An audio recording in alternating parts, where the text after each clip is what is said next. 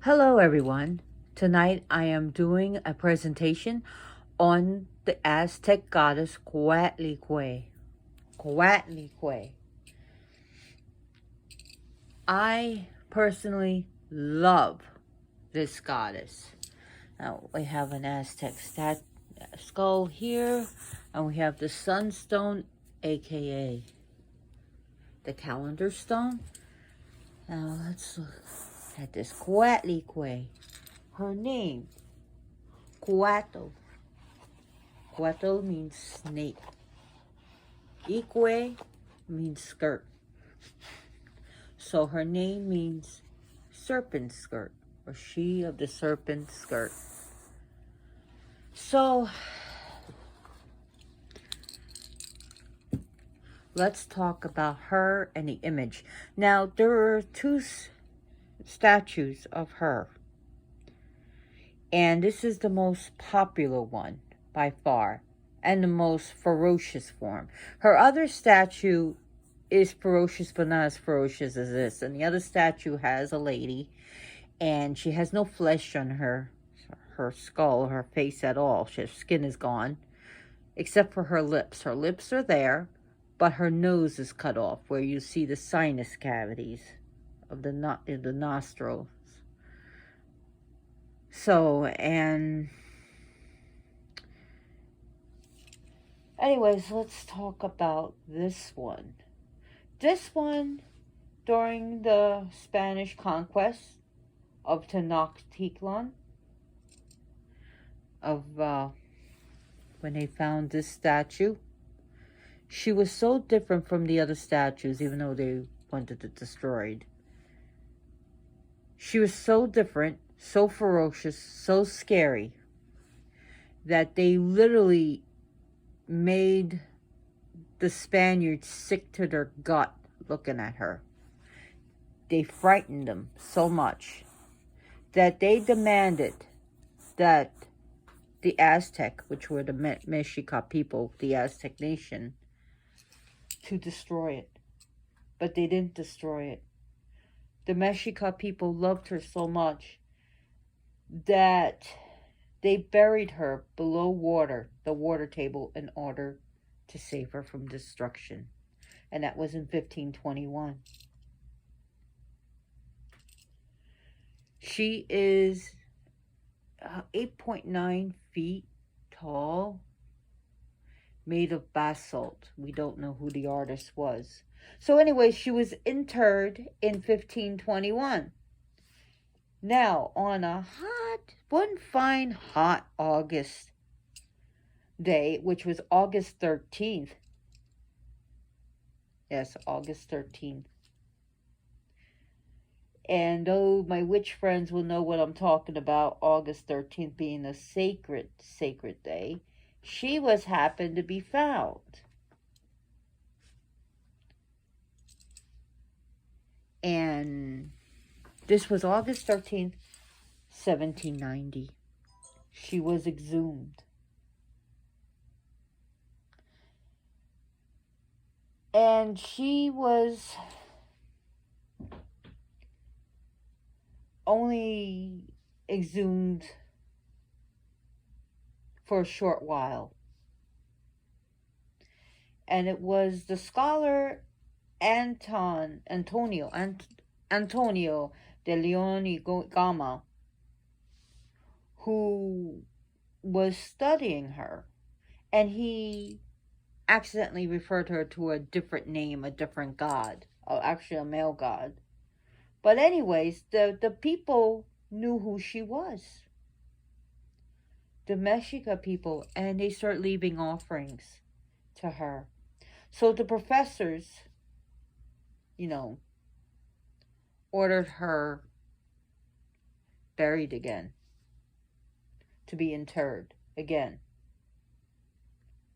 which was only maybe about 6 months. Interesting enough, on December 17th, about 100 feet away, they found this.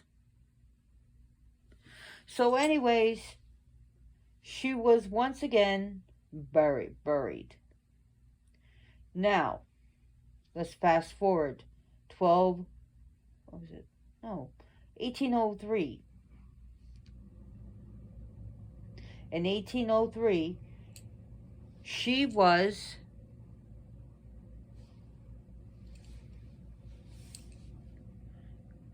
unburied. She was exhumed. And it was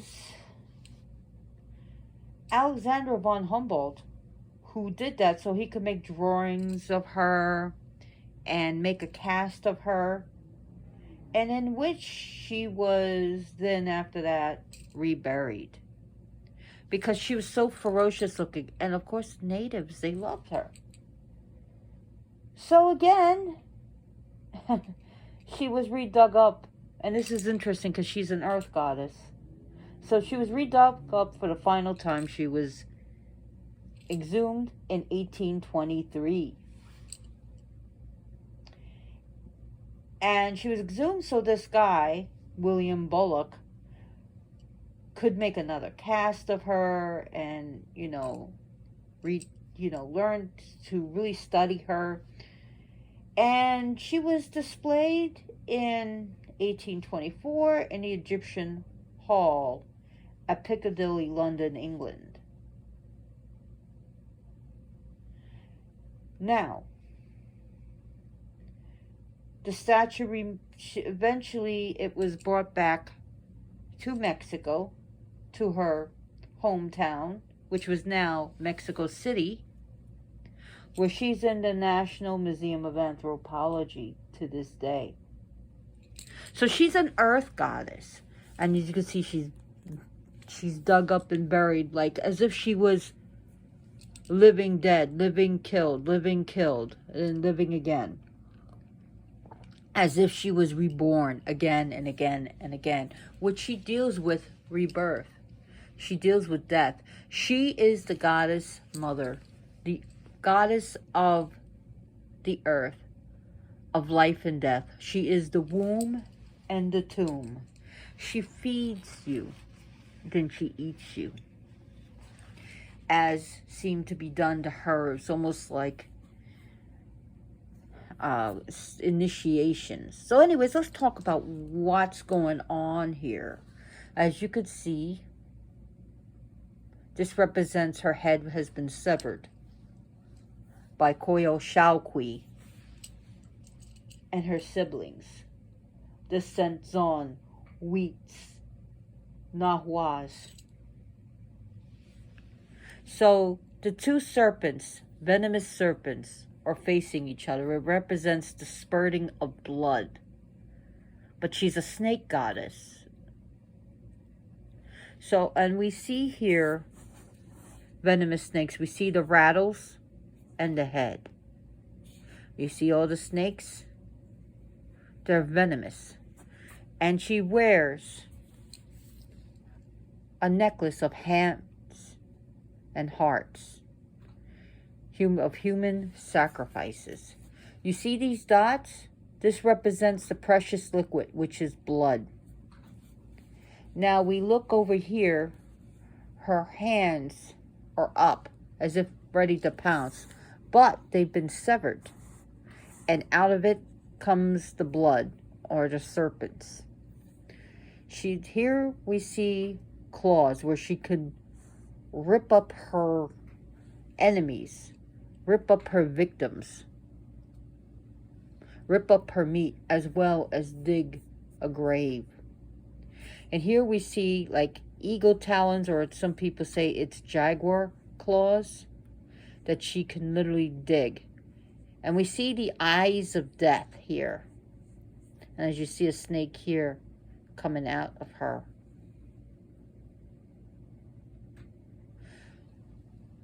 So now we turn it around.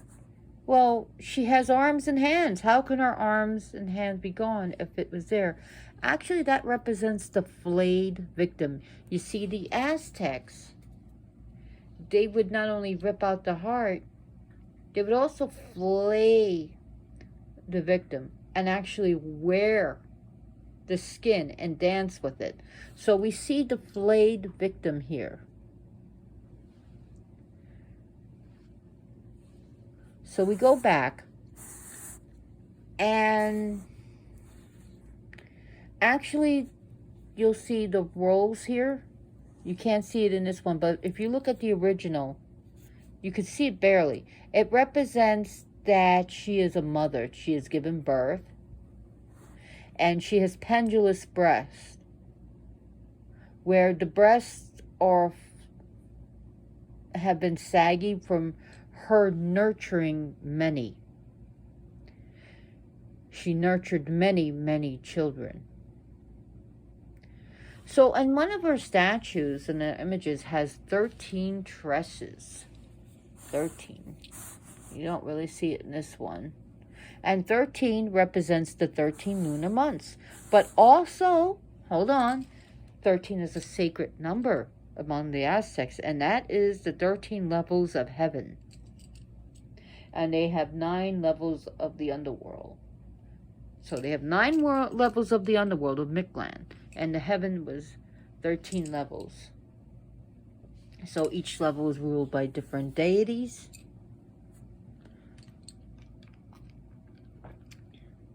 So we see a human skull, like a buckle, holding up her skirt. I didn't want you to think that I forgot about the skull. Again, she represents life and death.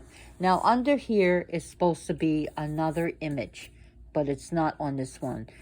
You can look up pictures of her on the internet. And that is the rain aspect of the god Coatlicue. So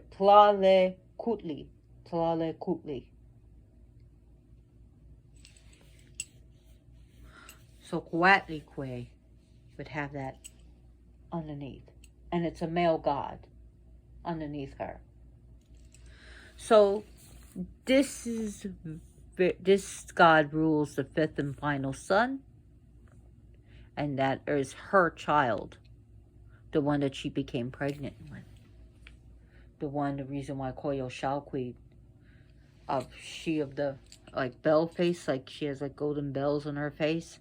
And she's actually a moon goddess that rallied up her siblings. But we'll get into that. So,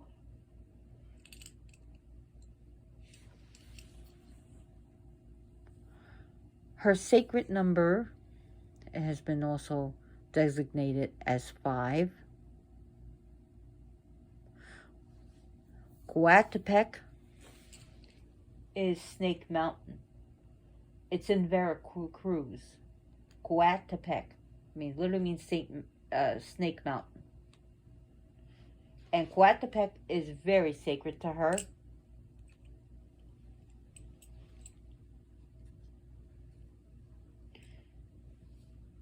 And she was also considered a priestess, as well as a lady who took care of that temple there. So Coatlicue is a goddess of fertility, pregnancy, childbirth, life and death, the earth, reincarnation, war, women's and children, also the woman, anything to deal with women problems, and also the woman organs and all the phases of a woman's life. And sometimes she's pretty much depicted as an elderly lady, or as a mother.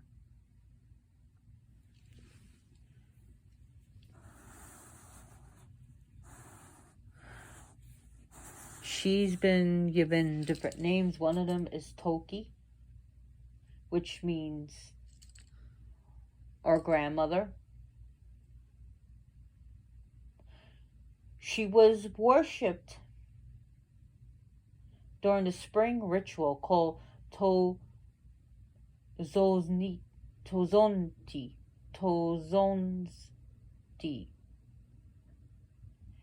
And it was a rainy season. And it was sacred to her.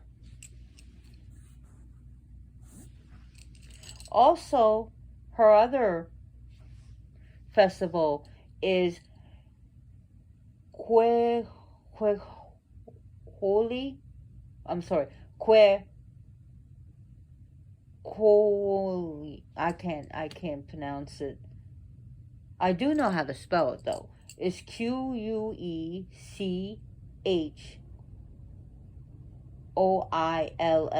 which is an autumn festival. It's an autumn festival of hunting, and it deals with, you know, providing for the family and providing for your area, for yourself and your and you know, your relatives. And this was a time when a lady who was made to represent the goddess Coatlicue was then sacrificed.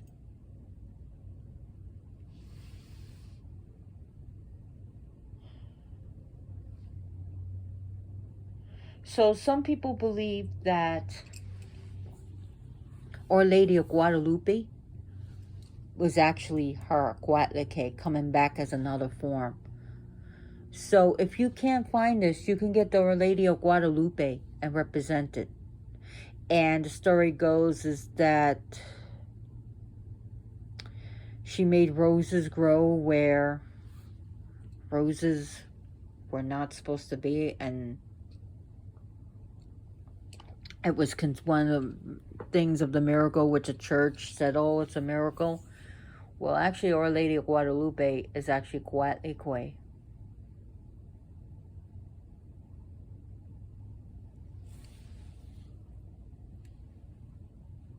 So she represents the earth, and her element is earth.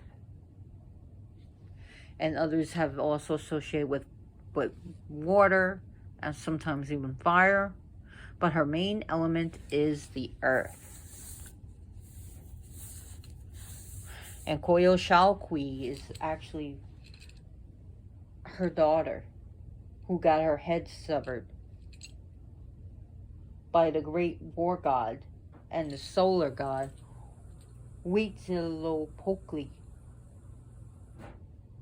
which is the blue hummingbird of the south.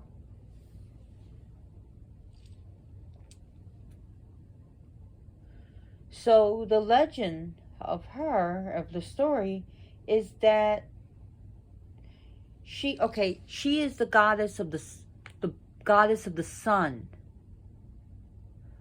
She gives birth to the sun. Now, she gives birth to the sun, the moon, and the stars.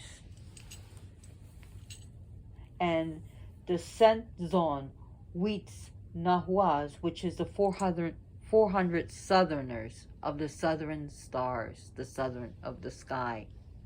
She's goddess of the earth. And he asked, and the story is that for some reason she had to do penance. I don't know why, but she was residing at Coatepec, where she was cleaning the altar and the temple, and she was dusting it. And as she was sweeping and dusting and cleaning, a beautiful ball of feathers fell from the sky. She held it in her hand lovingly and put it to her breast. And when she finished sweeping, she was looking for the ball of feathers, but she realized she was pregnant.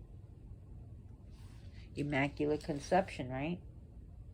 Now, Coatlicue was enraged. She was the moon goddess, which may represent of how the sun took over the moon. The solar religions took over the lunar religions. But anyways, Coatlicue is also a war goddess, and she was enraged. And she really fueled the fire to Sentzon Huitz Nahua, her siblings, her brothers and sisters, and say, listen, brothers and sisters, our mother has defiled herself. Our mother has dishonored herself. Our mother is pregnant by a bastard child. She and the child must die. And you're like, yeah, let's kill her, yay. But there was a god, Coatlicue. I'm sorry, Coatlicue. One of our brothers felt sorry and he defected. And he ran towards Coatlicue and told the unborn child, listen, brother, the Senson we does not hua are mad.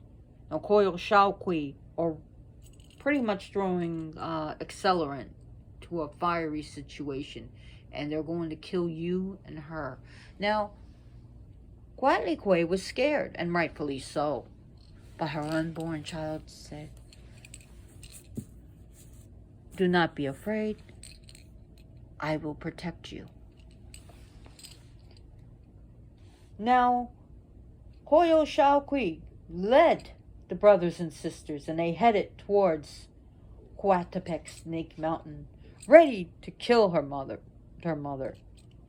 ready to destroy the unborn child. However,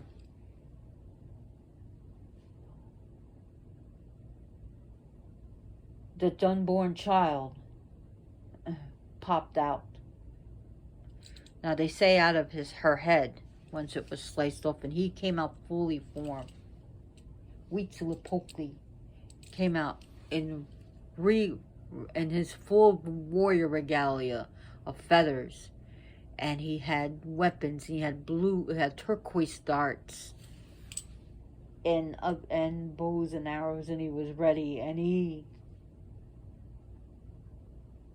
was furious. He came out with a shield of eagle feathers and arrows and turquoise darts.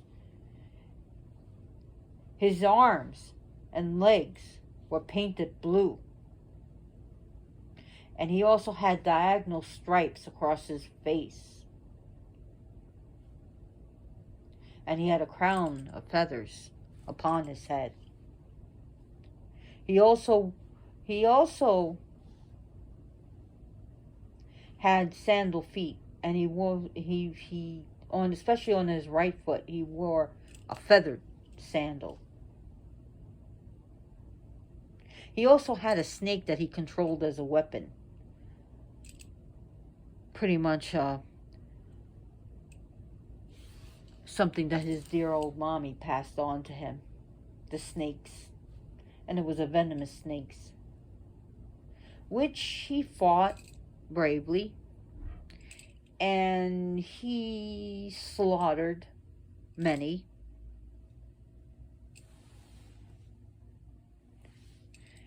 And one of the things he did was use the snake to wound his sister Coatlicue, and in which he pretty much cut her head off, sliced her head off, and not only that, dismembered her. And he threw her body down from the temple of Coatepec Mountain.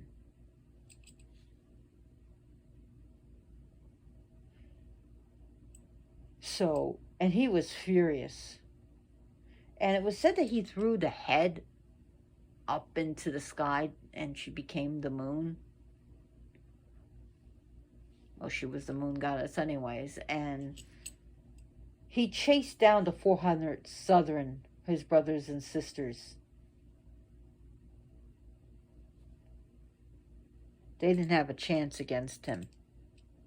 And those who were able to survive, they escaped and headed to the south, where they became the stars.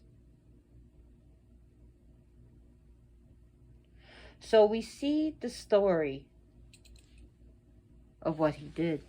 So anyways, we see that her head was cut off and her hands were cut off by her own children.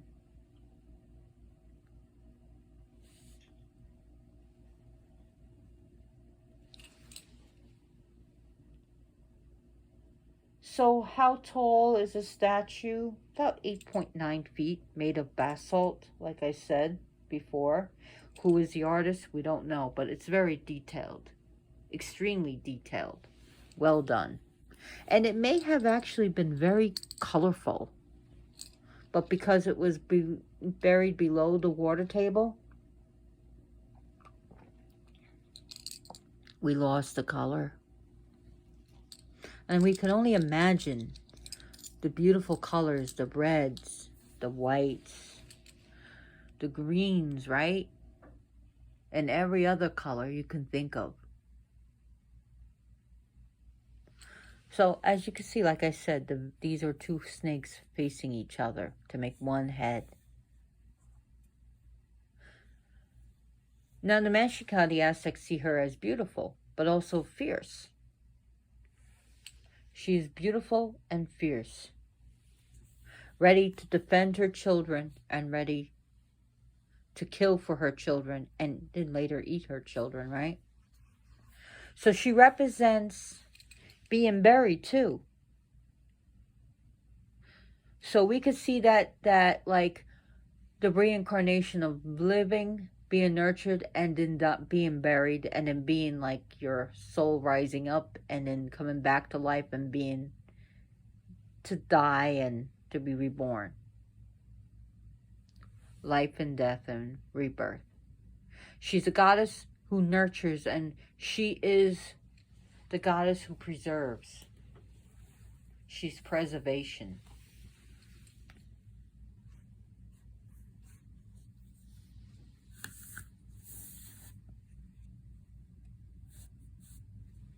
And that's her main son, the god of the sun. As you can see, it's a sacrificial knife.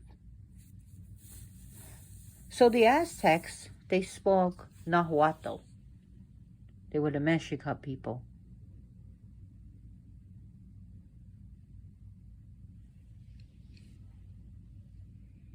I know they didn't speak Aztecian.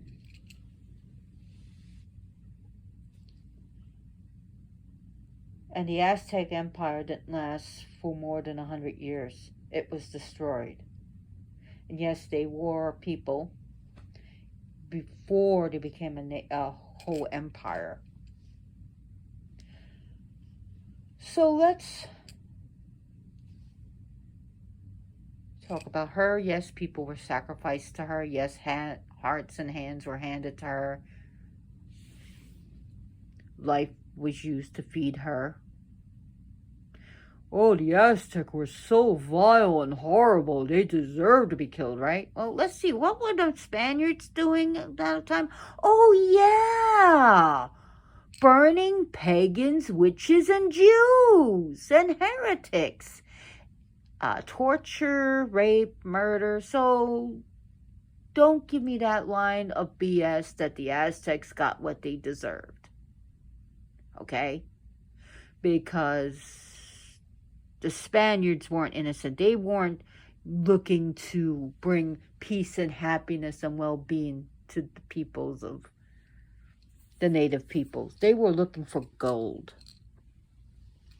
And you can look that up. They wanted gold. And they used Christianity as an excuse, and they held the natives up. They literally had, you'll see like paintings of the natives hanging by their feet, and they released dogs that they were starving just for this purpose, to tear apart the natives while they were living and screaming. So don't give me this thing that, oh, they were really helping the natives and converting them with love and understanding. BS. They converted them through fear, force, and fire. They were after gold. They weren't looking to improve anyone's lives. They were looking for the improvement of their own lives. So don't give me that crap. So why would you worship goddess? Would you? No, we don't. I'm not advocating sacrifice. People don't sacrifice people for these gods anymore that I know of, and it's not legal anyways. And it's murder, okay? If you sacrifice someone, a person, I hope you get caught, and I hope they throw the book at you and you face the fullest extent of the law for any religion, of killing for any religion. Unless it's self-defense, you don't have that right to go around killing people. So people don't, not all because you worship this goddess doesn't mean you're sacrificing animals. Get that out of your head, okay? What you can do is give her like chocolate hearts. Why not? Roses, because of the symbol of the roses, you remember Lady Guadalupe? You can give her sacred fire, chocolates. Chocolate is very sacred among the Aztecs. In fact, they would smoke it. But you can give it to her as like a milk chocolate, hot chocolate. They like that too. They would make a chocolate drink. You give her cocoa beans. Chocolate, chocolate, chocolate, chocolate, chocolate. All types of chocolate. Chocolate liqueur, the liquor, the chocolate wine. Why not red wine to represent blood? Give her chocolate hearts and red wine. Roses, all types of dried roses, fresh roses, rose oil, rose perfume. You can give her meat. You don't have to kill anything, you know. I knew someone that said, oh my God, loves chicken. I just don't have the heart to do it. So I bought a bucket of chicken for my deity. So you can give her meat. You can give her steak. Fresh water. Milk to represent the nurturing milk that she gave. You can give her little drops of your own blood. You know, use a little, what's it called, lancelet. Just be careful. Don't puncture an artery or vein. Don't go around hurting yourself. Now, the idea came to me is breastfeeding mothers. You can give her your own breast milk. Why not?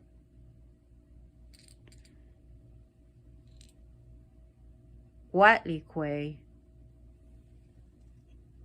you can give her, if you have snakes and it sheds its skin, you can give her that. Because she represents renewal, where the snake will shed its skin and become bigger. Renewal.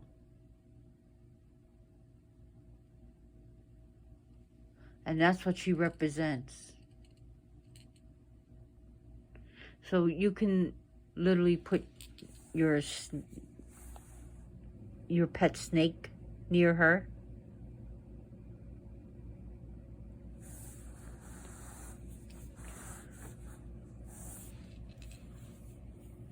If you could put images of hummingbirds to represent her child, you could put the sun, moon, and stars around her, and also images of the earth. Different stones could represent her. One of the things that they like that were said to be sacred to her is jade, which was precious stone. So jade can be used for her.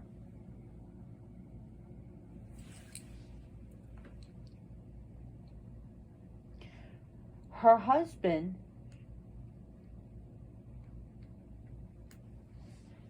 is Mishquatl. Mishquatl. He is the god of like the heavenly mists. And that is her husband. Maybe one day I'll do something on him.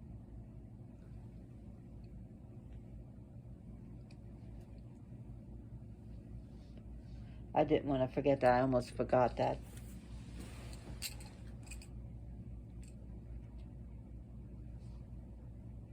So another goddess that was discovered near her is a goddess Yo Coatlicue. I just remember the name by YOLO. You only live once. Coatlicue. And actually that means yo again. Ique means skirt.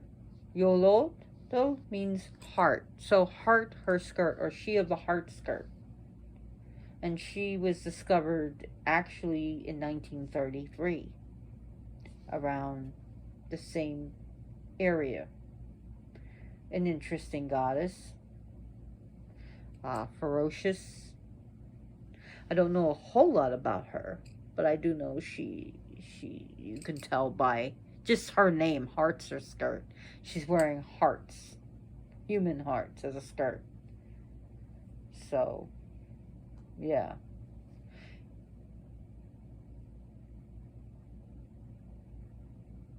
And she kind of has some of the, almost kind of looks like her, but maybe it's close but no cigar. So you can find her in the National Anthropology Museum in Mexico City. And she is stated to be leaning forward as if she's ready to snatch you, like leaning towards you.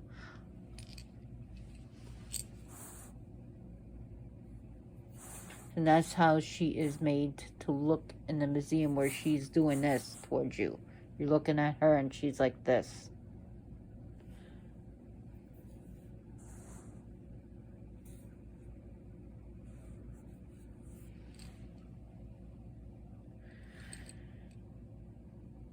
Other things that you may want to give her is some Mexican desserts, like flan.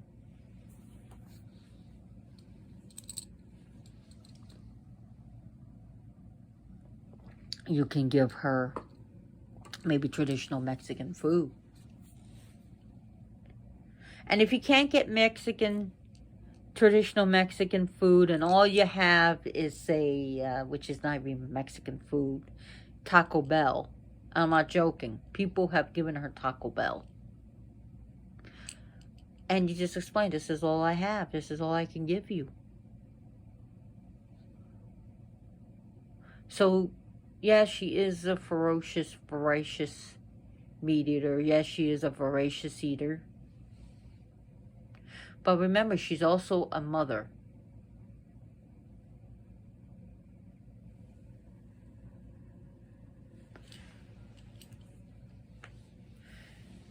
She can defend you. She can also be used for cursing spells. She can also be used to help someone dig their own grave. Figuratively. And yes, you can do some nasty stuff with her.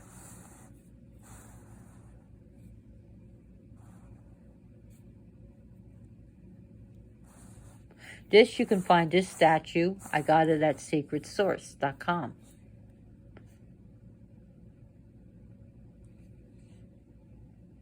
This was made in 2010.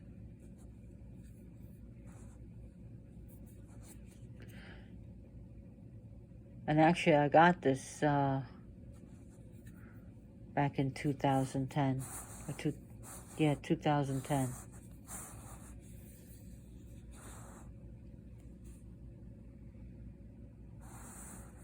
And yeah, she does look weird. She does look ferocious. She does look different from any goddess. And yeah, a lot of people have identified her, saying, oh, she's sort of similar like Kali, because Kali is there with either necklace of skulls or freshly severed heads, and the skirt of arms. And yeah, there's different symbolism to Kali, and it's symbolism where this is literal, she's wearing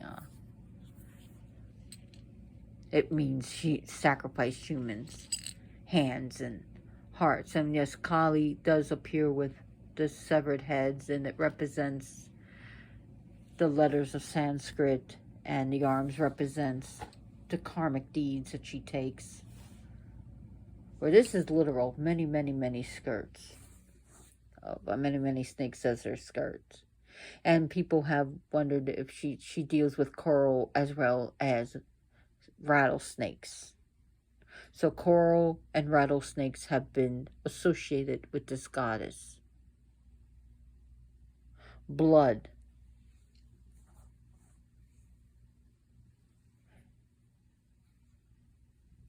As well. And blood is life.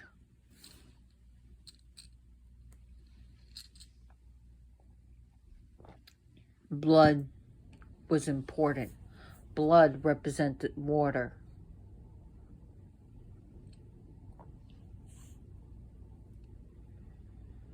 The sacrifice of blood towards the western horizon.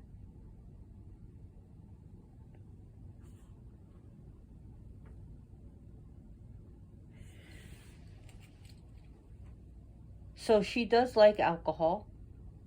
She does enjoy her spirits. Tequila. People have given her tobacco, which is also another offering. I forgot to mention tobacco is sacred. People give her cigarettes, cigars, pipe full of tobacco. People have been giving her marijuana, fresh and dried. And also they've been giving it to her. All different types of alcohol, beer, margarita, why not? Margarita. So feel free to experiment, see what she likes. Maybe Coatlicue will accept a Mexican beer from you. Maybe she would like some people have actually given her vodka, and that's not even from Mexico. So you can put quartz by her. Quartz and smoky quartz. We could say that this quartz would represent life, and then in the aspect of smoky quartz for death, even though it's total. I'll go into it maybe one day. Smoky quartz.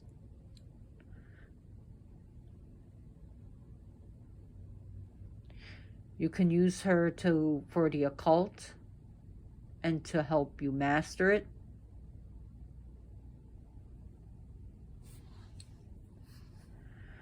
To deal with death and your own mortality. So she represents your own mortality.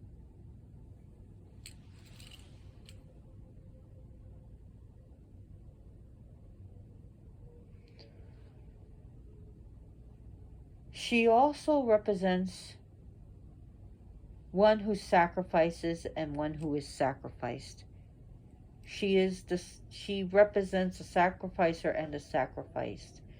She sacrifices by giving life to her children, all that life and all that birth, and her breasts are now flabby, and then she is the sacrificed.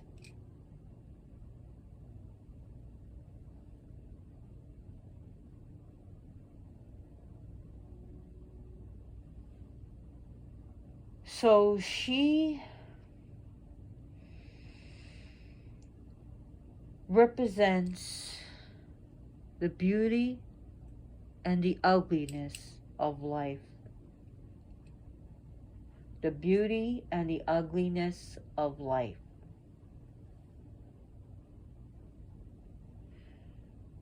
She is the goddess mother. And she would do what any mother does.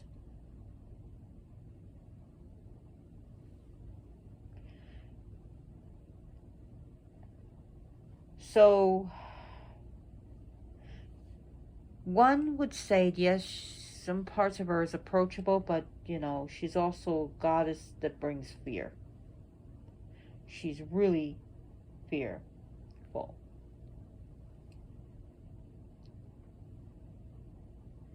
She represents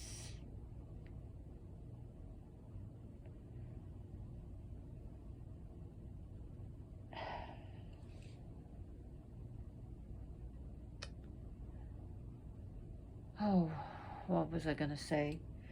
She is the goddess of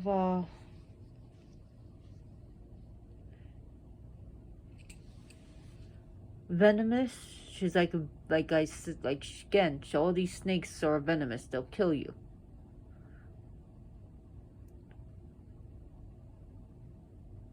But she also represents wholesomeness, if that makes any sense to you.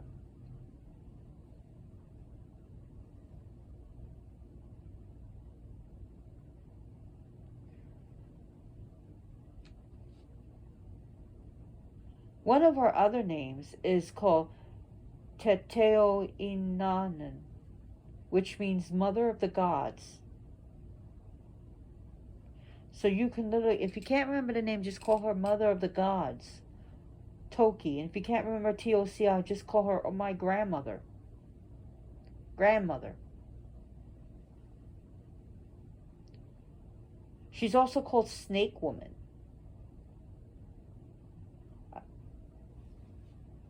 That's another name. And also Tonantzin. Tonantzin. T-O-N-A-N. Wait. How do I spell it? It means our mother. Tonantzin. T-O-N-A-N-T-Z-I-N. Yeah, Tonantzin. Yay, I remembered. Which means our mother. Tonantzin. She's the Lady of Guadalupe. And that's what you could call her. The Lady of Guadalupe.